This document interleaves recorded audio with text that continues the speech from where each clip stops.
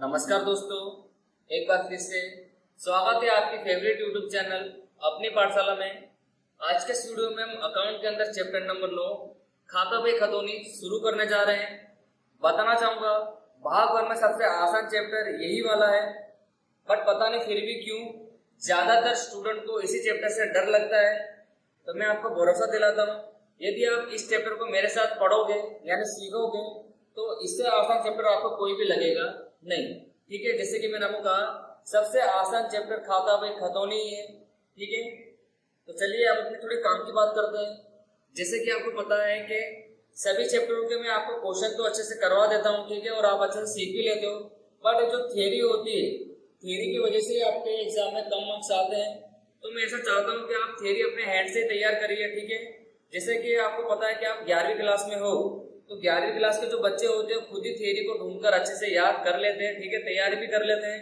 तो मैं ऐसा मानता हूँ कि आप थ्योरी को अच्छे से ढूंढकर जो हेतु लक्ष्य होते हैं जैसे कि एमसीक्यू और जो 1 मार्क्स के क्वेश्चन होते हैं केवल आपको वही थ्योरी करनी। ठीक है, प्रैक्टिकल सब्जेक्ट है तो आपको बड़ी बड़ी थ्योरी करने की कोई जरूरत नहीं है। केवल जो एमसीक्यूज होते हैं और जो 1 मार्क्स के क्वेश्चन होते हैं वही आपको तैयार कर लेने हैं सभी चैप्टरों के। बाकी क्वेश्चनों के लिए तो मैं बैठा ही हूँ आपके लिए, सभी प्रकार के क्वेश्चन मैं आपको अच्छे से हल करवा ही देता हूँ। तो बस मेरी एक खाली यही चिंता है कि आप जो थ्योरी होती है वो अच्छे से कर लीजिएगा। ठीक है, और वैसे भी जो जरूरी थ्योरी होती है वो तो मैं आपको वीडियो में बता ही देता हूँ। जैसे कि आप देख सकते हो सामने थ्योरी लिखी हुई है, तो जो जरूरी काम की थ्योरी होगी मैं आपको बता ही दूंगा वीडियो के अंदर। अब जैसे कि आपको पता है कि चैप्टर का नाम क्या है, खाता बही खतौनी। खाता बही का मतलब क्या होता है कि जो हम खाता लिखने के लिए बही यानी जो चोपड़ा लाते हैं उसे हम क्या बोलते हैं, खाता बही। तो जिस चोपड़ी में हम ये बहियां यानी जो खाते बनाते हैं उसे हम क्या बोलते हैं, खाता बही। खतौनी क्या होती है, जैसे कि आपको पता है यदि आपने खाते बना दिए, जैसे मान लीजिए आपने रोजनामचा बना दिया है या आपने रोकड़ बही बना दी है, उसमें तो हमने क्या कर दिया, केवल खाता बही में खाता बनाया। ठीक है, अब खतौनी का मतलब कि सवाल को देखकर जब हम लिखते हैं उसके अंदर, ठीक है, उसे हम क्या बोलते हैं, खतौनी बोलते हैं। तो ये हो गया हमारा खाता बही खतौनी, सिंपल। तो खाता बही का मतलब क्या होता है, चौपड़े, और खतौनी का मतलब जब हम खाते बना देते हो उसके अंदर जब लिखने की प्रक्रिया करते हैं उसे हम खतौनी कहते हैं। तो चलिए किताब के अनुसार उसका अर्थ क्या है वही पढ़ लेते हैं। सबसे पहले हम देखते हैं खाता बही का अर्थ। यहाँ लिखा है कि हिसाब लेखा पर से अलग अलग निष्कर्ष ज्ञात करने के लिए अलग अलग खाते बनाए जाते हैं। जैसे कि आपको पता है कि यहाँ पर अलग अलग प्रकार के खाते बनते हैं, जैसे कि खरीद खाता अलग होता है, बिक्री खाता अलग होता है, कोई व्यक्ति का खाता अलग होता है, खर्च खाते अलग होते हैं। ठीक है, तो यहाँ पर कैसे बनाए जाते हैं, खाते अलग अलग बनाए जाते हैं। ऐसे अलग अलग खाते जिस बही या चौपड़े में बनाए जाते हैं उसे खाता बही कहते हैं। ठीक है, जैसे कि मैंने आपको कहा कि जिस चौपड़ा में हम इस अलग अलग प्रकार के खाते बनाते हैं उसे हम क्या कहते हैं, खाता बही। सिंपल, तो आपको ये याद हो गया होगा अर्थ। तो चलिए एक बार फिर से पढ़ लेते हैं। हिसाब लेखा पर से अलग अलग निष्कर्ष ज्ञात करने के लिए, निष्कर्ष का मतलब ये है, मान लीजिए हमने वर्ष दरमियान कितनी खरीदी करी है, कितनी बिक्री करी है, कितना हमें धंधे में खर्च हुआ है, कितनी हमें आवक हुई, उसे हम निष्कर्ष बोलते हैं। ठीक है, ज्ञात करने के लिए अलग अलग खाते बनाए जाते हैं। ऐसे अलग अलग खाते जिस बही या चौपड़े में बनाए जाते हैं उसे हम खाता बही कहते हैं। तो बस 1 मार्क्स के लिए आपको ये अच्छे से याद कर लेना है, जो कि आपको अच्छे से याद हो भी गया होगा। ठीक है, आगे लिखा है खतौनी का अर्थ। खतौनी का अर्थ भी एकदम आसान है, पढ़ते हैं। क्या लिखा है, रोजनामचा या सहायक बही पर से नामांकीय नियम अनुसार जिस व्यवहार की खतौनी में असर होती है उस खाते में उसके उधार पक्ष या जमा पक्ष में लिखने की प्रक्रिया को खतौनी कहते हैं। जैसे कि आपको पता है अगर हमने खरीदी करी तो खरीदी उधार होती है, तो उधार पक्ष में लिखा करा जाता है। और यदि हम बिक्री करते हैं तो बिक्री की शेष कैसी होती है, जमा पक्ष में होती है, तो जमा पक्ष में लिखा करना पड़ता है। तो इस प्रकार उधार पक्ष या जमा पक्ष में लिखने की प्रक्रिया को क्या कहते हैं, हम खतौनी कहते हैं। तो ये हो गया हमारा खतौनी का अर्थ। 1 मार्क्स के थ्योरी के लिए आपको ये दोनों क्वेश्चन को अच्छे से तैयार कर लेना है। ठीक है, अब आपका एक मोस्ट इंपोर्टेंट क्वेश्चन रहेगा एमसीक्यू के अंदर, अगर आप अभी तैयार कर लोगे तो बहुत अच्छी बात रहेगी। यहाँ मैंने लिखा है कि खाता बही को बहियों का राजा गिना जाता है। तो जैसे कि आपको एग्जाम में क्वेश्चन पूछा जाए कि किसे बहियों का राजा माना जाता है, तो आप बोल सकते हो खाता बही को बहियों का राजा गिना जाता है। तो एमसीक्यू के लिए आप इसे तैयार कर सकते हो। मोस्ट इंपोर्टेंट रहेगा कि खाता बही को बहियों का राजा गिना जाता है। तो बस मैंने आपको ये 3 थ्योरी अच्छे से तैयार कराई, उम्मीद करता हूँ आप इसे अच्छे से तैयार कर लोगे। अब जैसे कि मैं आपको बताना चाहूंगा कि चैप्टर है खाता बही खतौनी, एग्जाम के अंदर इसमें से बड़े क्वेश्चन पूछे जाते नहीं है, ठीक है, क्योंकि यहाँ पर बड़े बड़े क्वेश्चन दिए गए हमें टेक्स्ट बुक के अंदर। बट फिर भी आज के इस वीडियो में मैं आपको क्वेश्चन नंबर 5 करवा दूंगा, क्योंकि रोजनामचा के ऊपर से खतौनी करनी है, इसलिए मैं आपको क्वेश्चन नंबर 5 करवा देता हूँ, ठीक है। बट मैं आपको बताना चाहूंगा कि आगे के जो वीडियो रहेंगे मैं अपने तरीके से आपको सवाल सिखाऊंगा, क्योंकि आपको पता है कि एग्जाम के लिए हमें तैयार करना है चैप्टर को, तो एग्जाम में किस प्रकार के सवाल पूछे जाते हैं तो वही मैं आपको सवाल आज की वीडियो में करवाऊंगा, ठीक है। केवल टेक्स्ट बुक के अंदर हम क्वेश्चन नंबर 5 करेंगे, जिससे आपको आइडिया आ जाए कि किस प्रकार के सवाल खाता बही खतौनी में किए जाते हैं, ठीक है। तो चलिए अब हम अपने सवाल की तरफ बढ़ते हैं। टेक्स्ट बुक में आप क्वेश्चन नंबर 5 निकाल लीजिए। उम्मीद करता हूँ आपके पास किताब साथ में होगी। क्वेश्चन में लिखा हुआ है, निम्नलिखित व्यवहारों पर से श्री कटारा की बही में रोजनामचा लिखकर खाता बही में जरूरी खाते खोलकर खतौनी कीजिए। तो सबसे पहले हम खतौनी बाद में देखेंगे, यहाँ लिखा है पहले रोजनामचा लिखिए। तो जो भी व्यवहार आपको यहाँ पर दिए गए सबसे पहले हम उसका सही प्रकार से क्या लिखते हैं, रोजनामचा, ठीक है। और रोजनामचा लिखना तो आपको पहले से आता ही है, तो ज्यादा आपको परेशानी होगी नहीं, ऐसा मैं मानता हूँ। तो चलिए सबसे पहले हम रोजनामचा लिखते हैं। तो फॉर्मेट मैंने यहाँ पर पहले से ही बना के रखा है आपके लिए, ठीक है। हेडिंग लिख लेनी है आपको, कटारा के बही में रोजनामचा।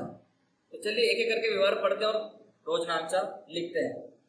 सबसे पहले यहाँ पे लिखा है कि 3,30,000 धंधे में लाए, जिसमें से 2,30,000 बैंक में भरे। तो यहाँ पर एक क्या कर रहे हैं, हम एक ही तारीख को दो व्यवहार कर रहे हैं। सबसे पहले हम धंधे में ला रहे हैं और उसी के अंदर से बैंक के अंदर भर रहे हैं, तो एक ही तारीख के अंदर दो व्यवहार किए जाएंगे। तो सबसे पहले आपको पता है कि अगर धंधे में हम लाएंगे तो क्या आएगी, रोकड़ आएगी, रोकड़ खाते उधार। और जो भी धंधे में धंधे का मालिक लाता है वो क्या कहलाती है, पूंजी कहलाती है, ठीक है। तो पहला रोजनामचा, यहाँ पर क्रम दिए गए, ठीक है। पहला लिखते हैं रोकड़ खाते उधार, रोकड़ खाते उधार पूंजी खाते से, पूंजी खाते से कितना ला रहे रोकड़, 3,30,000, 3,30,000। अब इसी तारीख को मतलब इसी क्रम में पहला डालेंगे, ठीक है। हम बैंक के अंदर पैसा भर रहे हैं तो बैंक हमारा पैसा लेने वाली बनेगी, तो बैंक खाते उधार, बैंक खाते उधार, रोकड़ खाते क्या हो जाएगा, यहाँ पर जमा हो जाएगा, ठीक है। रोजनामचा आपको पता होगा, रोकड़ खाते से 2,30,000, 2,30,000। तो सिंपल देख सकते कितना आसान रोजनामचा था। और रोजनामचा के ऊपर से खतौनी करना एकदम आसान है, ठीक है। जैसा कि मैंने आपको हर बार वीडियो में कहा है कि यदि आपको रोजनामचा अच्छे से आ जाता है तो आपको किसी भी प्रकार का सवाल दे दिया जाए आप आसानी से कर लोगे, ठीक है। उम्मीद करता हूँ आपको रोजनामचा अच्छे से आता होगा।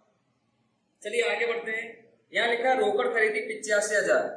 जैसे कि आपको पता है रोकड़ से हम खरीदी कर रहे हैं, खरीदी करेंगे तो खरीद खाते उधार। तो यहाँ पर क्रम नंबर 2, खरीद खाते उधार, खरीद खाते उधार, रोकड़ खाते से। सिंपल यही रोजनामचा तो होगा ना, 85,000, 85,000, ठीक है। खरीद खाते उधार, रोकड़ खाते से। तीसरा यहाँ पे लिखा है कि अजमल फर्नीचर मार्ट में से 11,500 का फर्नीचर ऑफिस के लिए खरीदा। जैसे कि आपको पता है कृत्रिम व्यक्ति का नाम दिया गया है, तो व्यवहार कैसा है, यहाँ पर उधार व्यवहार है। फर्नीचर खरीदेंगे तो धंधे में फर्नीचर आएगा, आए तो उधार, फर्नीचर खाते उधार, क्रम 3, फर्नीचर खाते उधार। देने वाला व्यक्ति यहाँ पर कौन है, अजमल, तो अजमल फर्नीचर मार्ट खाते से। सिंपल 11,500। तो उम्मीद करता हूँ आपको सिंपल सिंपल रोजनामचा तो आते ही होंगे। तो फर्नीचर खाते उधार, अजमल फर्नीचर मार्ट खाते से। आगे बढ़ते हैं। तनु भाई को देवा पेटे 8,000 का चेक दिया। कौन दे रहे हैं, हम दे रहे हैं। यदि चेक देंगे तो चेक धंधे में से जाएगा, बैंक खाते जमा करेंगे। लेने वाला व्यक्ति यहाँ पर कौन है, कनु भाई। कनु भाई खाते हम क्या कर देंगे, उधार। तो रोजनामचा क्या बनेगा, कनु भाई खाते उधार, बैंक खाते से। तो क्रम 4, कनु भाई खाते उधार, बैंक खाते से, ठीक है। कितने का चेक दे रहे हैं हम? 8,000 का। 8,000 8,000 सिंपल। आगे बढ़ते हैं। राजू भाई के पास से 7,800 के लेना पेटे 7,500 का चेक पूर्ण हिसाब में मिला। तो आप देख सकते हो कि राजू भाई के पास से हमें लेना कितना था? 7,800, जबकि हमें चेक कितने का मिला हुआ? 7,500 का। इसका मतलब हमें नुकसान हो गया है। नुकसान कितने का हो गया? 300 रुपए का। तो हम कहाँ लिखेंगे इसे? बट्टा में लिखो या कसर में लिखो, एक ही बात है। तो रोजाना का क्या बनेगा? अगर हमारे पास चेक आएगा तो बैंक खाते उधार, नुकसान हुआ है तो कसर खाते उधार, देने वाला व्यक्ति यहाँ पर कौन है? राजू भाई। तो राजू भाई खाते हम क्या कर देंगे? जमा कर देंगे। ठीक है, तो क्रम 5 लिखेंगे बैंक खाते उधार, बैंक खाते उधार, कसर खाते उधार। बट्टा लिखोगे तब भी चलेगा। ठीक है, कसर खाते उधार, देने वाला व्यक्ति यहाँ पे कौन है? राजू भाई। तो राजू भाई खाते जमा। लेने कितने थे? 7,800। मिले कितने? 7,500। 300 रुपये का यहाँ पर नुकसान हम किसके अंदर लिख देंगे? कसर के अंदर। सिंपल रोज नाम था। आगे बढ़ते हैं। यहाँ लिखा है रोकड़ बिक्री। अब हम क्या कर रहे हैं? रोकड़ से बिक्री कर रहे हैं। बिक्री करेंगे तो रोकड़ आएगी। रोकड़ खाते उधार, बिक्री खाते से। तो क्रम 6 रोकड़ खाते उधार, रोकड़ खाते उधार, बिक्री खाते से 15,000 15,000 15,000। सिंपल। आगे बढ़ते हैं। यहाँ लिखा है रमेश भाई को 75,000 का माल उधार बेचा। तो रमेश भाई को हम क्या कर रहे हैं? माल बेच रहे हैं, वो भी उधार। उधार का मतलब रमेश भाई यहाँ पे लेने वाले बनेंगे। तो रमेश भाई खाते उधार क्या कर देंगे? बिक्री खाते से। तो क्रम 7 रमेश भाई खाते उधार, बिक्री खाते से, बिक्री खाते से 75,000 75,000। अब आखिरी व्यवहार यहाँ लिखा है वेतन चुकाया 6,200। यदि वेतन चुकाएंगे तो धंधे के लिए क्या बनेगा? ये खर्च। खर्च को करेंगे हम उधार। वेतन खाते उधार। रोकड़ खाते का नियम, अगर चुकाया लिखा है इसका मतलब रोकड़ जाएगी। रोकड़ खाते से। ठीक है, 6,200। ठीक है, वेतन खाते उधार, रोकड़ खाते से 6,200। तो सिंपल देख सकते हैं कितना आसान सवाल था। रोज नाम था अभी हमने शुरू करा था और पूरा भी हो गया। अब यहाँ पर मेन टॉपिक हमारा क्या है? खाता बही में जरूरी खाते खोलकर खतौनी करनी है। तो वही हमारा मेन टॉपिक है। तो चलिए सबसे पहले तो देखते हैं खाते कितने प्रकार के यहाँ पर बनाए जाएंगे। अब खाते किसके ऊपर से बनेंगे? तो जो भी आपने यहाँ पर रोजनामा लिखा है उसी ऊपर से खाते बनाए जाएंगे। बताना चाहूंगा कि खाते आपके रिपीट नहीं होना चाहिए। जैसे कि अगर आपने रोकड़ खाता गिन लिया है यानी बना लिया है, तो रोकड़ खाता अगर दोबारा आता है रोजनामा के अंदर तो दोबारा रोकड़ खाता बनाना नहीं है। तो चलिए जैसे कि हमने रोजनामा यहाँ पर लिखा ही हुआ है, सबसे पहले हम खाते गिनते कितने प्रकार के खाते यहाँ पे बनाए जाएंगे। ठीक है, तो सबसे पहले हमने रोजनामा क्या लिखा था? रोकड़ खाते उधार पूंजी खाते से। तो रोकड़ खाता बनाएंगे, पूंजी खाता बनाएंगे, बैंक खाता बनाएंगे। अब आप देख सकते हो रोकड़ खाता रिपीट हो रहा है, आपको उधार पक्ष और जमा पक्ष दोनों को लेकर चलना है यहाँ पर। ठीक है, तो रोकड़ खाता, पूंजी खाता, बैंक खाता। रोकड़ खाता दोबारा आ रहा है पर हमने पहले ही गिन लिया है तो रोकड़ खाता गिनेंगे नहीं। खरीद खाता बनाएंगे, फिर से रोकड़ खाता आ गया, नहीं गिनेंगे। फर्नीचर खाता बनाएंगे, अजमल फर्नीचर खाता बनाएंगे, कनुभाई खाता बनाएंगे। बैंक खाता आप ही हमने यहाँ पर ऊपर गिन लिया तो बैंक खाता दोबारा गिनेंगे नहीं। जैसे कि मैंने आपको बताया खाता रिपीट होना चाहिए नहीं, तो कनुभाई खाता बनाएंगे। आगे बढ़ते हैं, बैंक खाता हमने गिन लिया है। कसर खाता बनाएंगे, राजू भाई खाता बनाएंगे, बिक्री खाता बनाएंगे, रोकड़ खाता हमने गिन लिया है। रमेश भाई खाता बनाएंगे, बिक्री खाता अभी हमने यहाँ पर गिन लिया, और वेतन खाता बनाएंगे, रोकड़ खाता हमने गिन लिया है। तो चलिए इतने प्रकार के खाते हमको यहाँ पर बनाने पड़ेंगे, तो हम गिन लेते हैं कितने खाते यहाँ पर बनाए जाएंगे। ठीक है, 1 2 3 4 5 6 7 8 9 10 11 12 तो 12 खाते हमें यहाँ पर बनाने हैं खाता बही में खतौनी करने के लिए, ठीक है। जैसे कि अभी हमने यहाँ पे गिने तो टोटल खाते कितने हो गए, 12 खाते, ठीक है। तो चलिए सबसे पहले मैं आपको खाते बना के बता देता हूँ किस किस प्रकार के खाते यहाँ पे कैसे बनाए जाएंगे, ठीक है। तो खाता मैंने यहाँ पे बना लिया, देख सकते हैं आप। खाता बही में खतौनी सबसे पहले मैंने बनाया यहाँ पर रोकड़ खाता। रोकड़ खाते में भी आपको देखना है किस किस प्रकार के कॉलम आएंगे। अगर तारीख दिए तो तारीख लिखोगे आप, क्रम दिए तो आप क्रम लिखोगे, ठीक है। तो मैंने यहाँ पे अभी फिलहाल दोनों लिख दिए। तो तारीख, विवरण, रकम, तारीख, विवरण, रकम। और मोस्ट इंपोर्टेंट आपको लिखना है खाते के ऊपर उधार और जमा, ठीक है। जो भी खाता आप बना रहे हो उसके ऊपर आपको ये कंपलसरी लिखना रहेगा, उधार जमा। तो पहले खाते के लिए मैंने यहाँ पे विवरण, रकम सब लिख दिया है। बाकी खातों के आगे मैंने लिखा नहीं है क्योंकि मेरे को आपको सिखाना है। तो जब आप सवाल करो तो आप लिख लीजिएगा, ठीक है। मैं अभी फिलहाल आपको सिखा रहा हूँ तो केवल मैंने पहले खाते के ऊपर लिख दिया तारीख, विवरण, रकम, तारीख, विवरण, रकम, उधार रकम और जमा रकम, ठीक है। इस प्रकार से आपको लिख लेना है। बाकी खाता आप देख सकते हो, बैंक खाता, उधार जमा, पूंजी खाता, उधार और जमा। आगे खाता मैं आपको बता देता हूँ। यहाँ पे मैंने बनाया खरीद खाता, फर्नीचर खाता, अजमल फर्नीचर मार्ट खाता, कन्हूभाई खाता, कसर खाता, राजू भाई खाता, बिक्री खाता, रमेश भाई खाता और अगले पन्ने पर है हमारा वेतन खाता। तो इस प्रकार से मैंने यहाँ पर टोटल 12 खाते को बना लिया है। तो आप देख सकते हो इसी प्रकार से आपको खाते बना लेने हैं, ठीक है। तो चलिए अब हम एक एक करके खतौनी शुरू करते हैं। खतौनी करने से पहले आपको ये पता होना चाहिए खतौनी किस प्रकार से की जाती है। अब जैसे कि आपने अभी तक ये सीखा होगा कि जो खाता हम बनाते हैं, जैसे कि मान लीजिए मैंने राजू भाई खाता बनाया, तो राजू भाई खाते के अंदर राजू भाई का नाम लिखा जाता नहीं। जैसे कि आपको पता है जिस भी व्यक्ति का खाता बनाते हैं, मान लीजिए अगर हमने खरीद खाता बनाया है तो खरीद खाते में खरीद खाते का नाम आता नहीं है, ये आपको पता होगा, मैं उम्मीद करता हूँ। तो मान लीजिए मैंने राजू भाई खाता बनाया है तो राजू भाई के अंदर राजू भाई का नाम आता नहीं है। मान लीजिए राजू भाई खाते उधार है तो राजू भाई के जो जमा बक्स में नाम होगा उसी नाम को हमको यहाँ पर लिखना रहता है, ठीक है। तो चलिए सबसे पहले मैं आपको समझाता हूँ खतौनी कैसे करनी है। सबसे पहले हमारा खाता कौन सा है, रोकड़ खाता, ठीक है। तो जब हम रोकड़ खाते के उधार पक्ष में जाएंगे, ठीक है, आपको एंट्री तो उधार पक्ष में करनी है।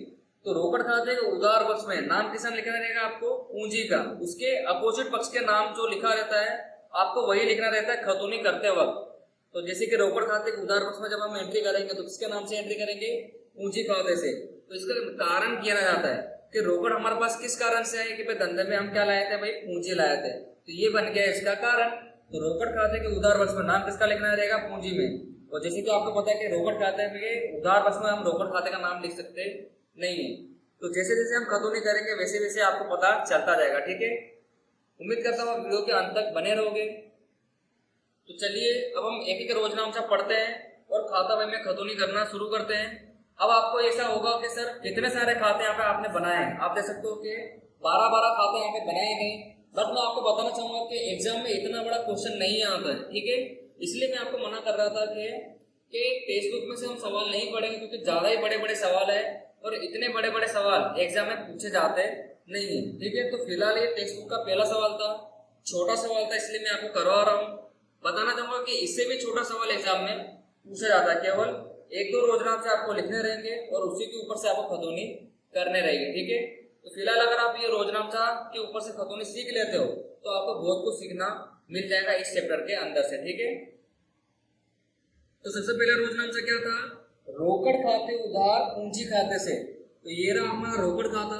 रोकड़ खाते के उधार पक्ष में, देखिए आपको पता है ना रोकड़ खाते उधार है, तो रोकड़ खाते उधार पक्ष में हम आएंगे। तो जैसे कि आपको पता है रोकड़ खाते में रोकड़ खाते का नाम तो लिखेंगे नहीं, तो रोकड़ खाते के अपोजिट पक्ष में क्या था, पूंजी खाते जमा। तो हम यहाँ पे लिख देंगे पूंजी खाते, पूंजी खाते। जैसे कि आपको पता है कारण लिखना होता है खातों में, तो रोकड़ किस कारण से है, भाई हम धंधे में क्या लाए हैं, पूंजी लाए। तो रोकड़ खाते के उधार पक्ष में नाम किसका लिखा हमने, पूंजी खाते का। कितनी रोकड़ आई थी, 3,30,000। ये हो गया हमारे रोकड़ खाते की खतौनी। आगे बढ़ते हैं, क्या लिखा था, पूंजी खाते जमा, ठीक है। तो पूंजी खाता ये रहा हमारा, पूंजी खाते के जमा पक्ष में हम आ जाते हैं, ठीक है, पूंजी खाते जमा। अब फिर से यहाँ पर वही नियम आपको लिखना है, तारीख नंबर 1 या क्रम नंबर 1। अब जैसे कि आपको पता है कि पूंजी खाता है, पूंजी खाते के जमा पक्ष में पूंजी खाते का नाम तो हमको लिखना नहीं है। तो पूंजी खाते के अपोजिट पक्ष में नाम क्या है, आप देख सकते हो रोकड़ खाता है ना, आपको पहला व्यवहार लेके चलना है, ठीक है। पहला व्यवहार क्या था, रोकड़ खाते उधार पूंजी खाते से। तो रोकड़ खाते के उधार पक्ष में हमने नाम तो लिख दिया पूंजी खाते। अब यहाँ पर पूंजी खाते के जमा पक्ष में नाम किसका लिखना पड़ेगा? रोकड़ खाते। क्या लिखना पड़ेगा? रोकड़ खाते 3,30,000। तो बस इतना ही आसान है, खतौनी करना। उम्मीद करता हूँ आपको ये समझ में आ गया होगा। एक एक रोजनामा को आपको लेकर यहाँ पर चलना रहेगा। तो रोकड़ खाते के उधार पक्ष में नाम लिखा आपने पूंजी खाते का, पूंजी खाते के जमा पक्ष में नाम लिखा आपने रोकड़ खाते का। तो ये हमने पहला व्यवहार का खतौनी कर दी है। आगे यहाँ पे लिखा है उसी के अंदर बैंक खाते उधार। तो ये रहा हमारा बैंक खाता।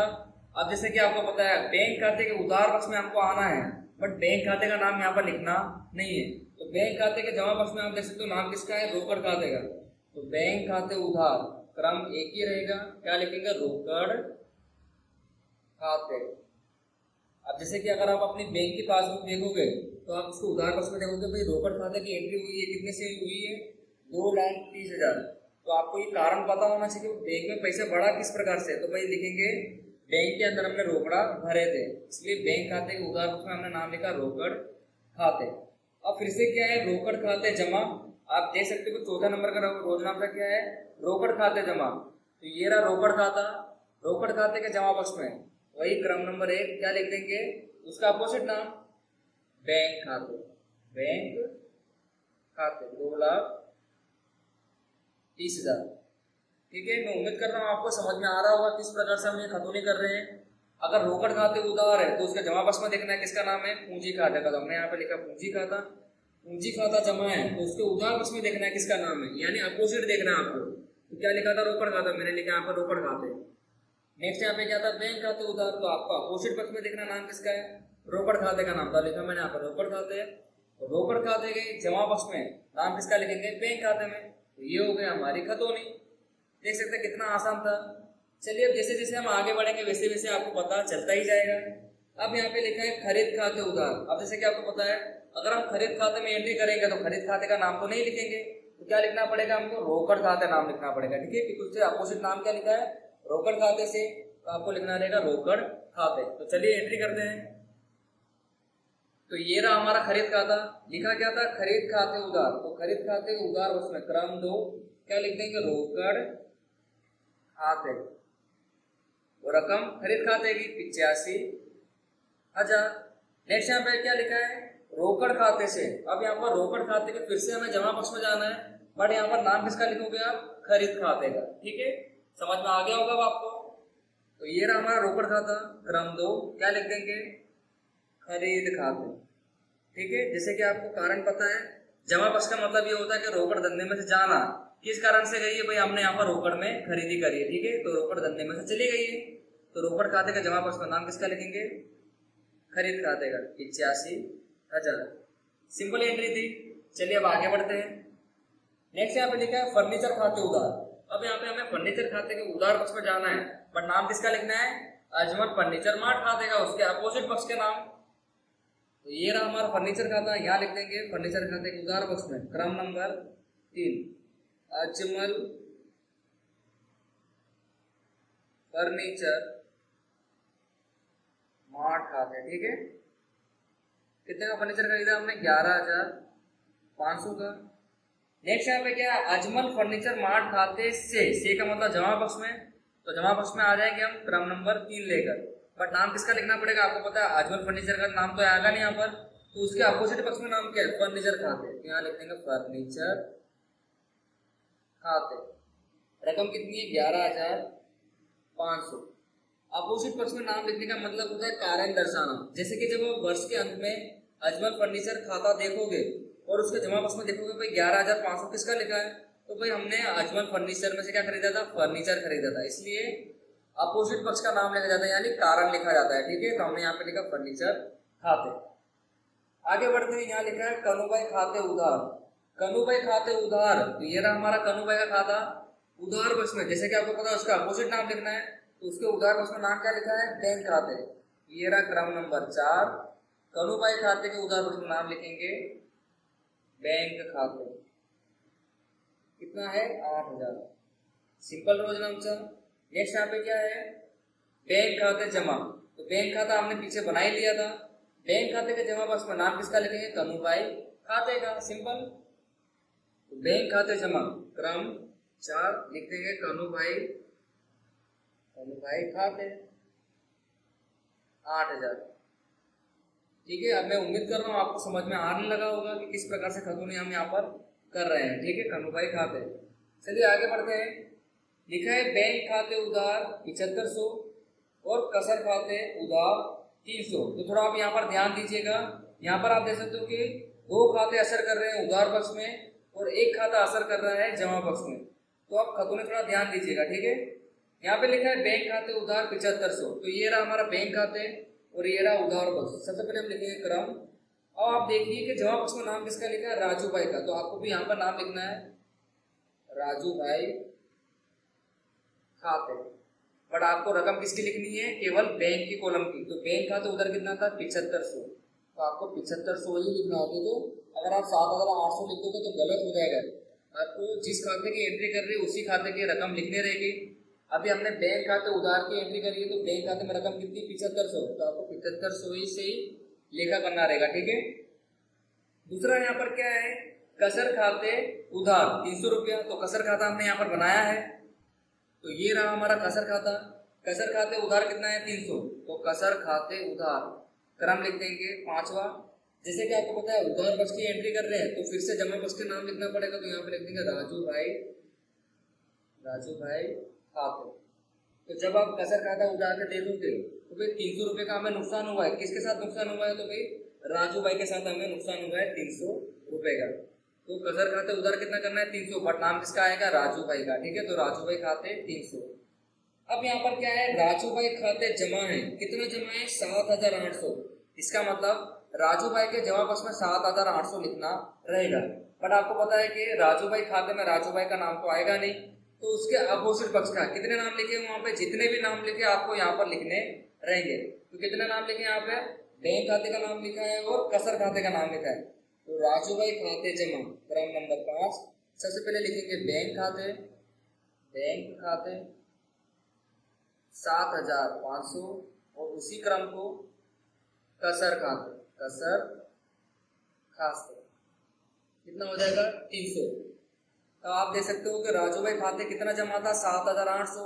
तो जब आप इन दोनों को प्लस करोगे तो कितना हो जाएगा? 7800 राजू भाई के जमा पक्ष में हमने 7800 से एंट्री कर दी। और राजू भाई के खाते में राजू भाई का नाम तो आएगा नहीं, तो बैंक खाते और कसर खाते। सिंपल असर करें। उम्मीद करता हूँ आपको समझ में आ गया होगा। आगे बढ़ते हैं। यहाँ लिखा रोकड़ खाते उधार 15,000। तो रोकड़ खाते उधार पक्ष में हमें जाना रहेगा। ठीक है, ये रहा हमारा रोकड़ खाता। तो रोकड़ खाते के उधार पक्ष में लिखेंगे नाम बिक्री खाते क्रम 6। ठीक है, उसके अपोजिट पक्ष में नाम क्या है? बिक्री का नाम है। तो बिक्री खाते 15,000। ये हमने रोकड़ खाते की एंट्री कर दी। जमा पक्ष में क्या लिखा है? बिक्री खाते से 15,000। अब हमें बिक्री खाते में जाना रहेगा, वो भी जमा पक्ष में। तो ये रहा हमारा बिक्री खाता। बिक्री खाते क्या है? जमा। तो क्रम 6 क्या लिख देंगे? रोकड़ खाते कितना है? 15,000। ठीक है, सिंपल था। उम्मीद कर रहा हूँ आपको समझ में आ रहा है। आगे बढ़ते हैं। रमेश भाई खाते उधार कितना है? 75,000। तो ये रहा हमारा रमेश भाई खाता। इनके उधार पक्ष में हम जाएंगे क्रम 7। तो उधार पक्ष में नाम किसका लिखेंगे? बिक्री खाते का। फिर से बिक्री खाते। और वैसे भी हमने रमेश भाई को उधार बिक्री करी थी। ठीक है, तो रमेश भाई के उधार पक्ष में नाम लिखेंगे बिक्री खाते 75,000। सिंपल। अब फिर से क्या है? बिक्री खाते जमा। तो ये रहा बिक्री खाता। बिक्री खाते के जमा पक्ष में नाम लिखना पड़ेगा राजू भाई खाते 75,000।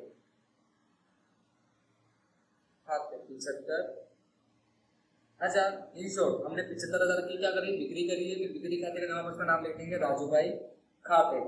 ये वाली भी एंट्री आपको आगे होगी। लास्ट में यहाँ पे लिखा है वेतन खाते उधार 6,200। तो वेतन खाते के उधार पक्ष में नाम किसका लिखेंगे? रोकड़ खाते का। तो चलिए एंट्री करते हैं। तो ये रहा हमारा वेतन खाता।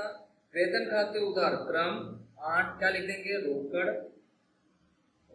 खाते। कितनी रकम में? 6,200। अब यहाँ पर क्या है? फिर से रोकड़ खाते जमा। इसका मतलब रोकड़ खाते के जमा पक्ष में नाम किसका लिखना पड़ेगा? वेतन खाते। तो ये रहा रोकड़ खाता। क्रम लिख देंगे 8 और लिखेंगे वेतन खाते, वेतन खाते 6200। जमा बस में एंट्री करने का मतलब है अपोजिट खाते का कि भाई हमारी रोकड़ किस कारण से गई। जमा बस का मतलब जाना होता है, तो भाई हमने वेतन के चुकाए हैं 6200, इसलिए रोकड़ यहाँ से चली गई। ठीक है, तो ये रहा हमारा लास्ट वाला खतौनी। रोकड़ खाते का जमा बस में लिखा हमने नाम वेतन खाते। तो इस प्रकार से आप देख सकते हो कि सभी प्रकार के रोजनामचा का मैंने यहाँ पर खतौनी कर दी है। उम्मीद करता हूँ आपको खतौनी किस प्रकार से हमने करी समझ में आई होगी।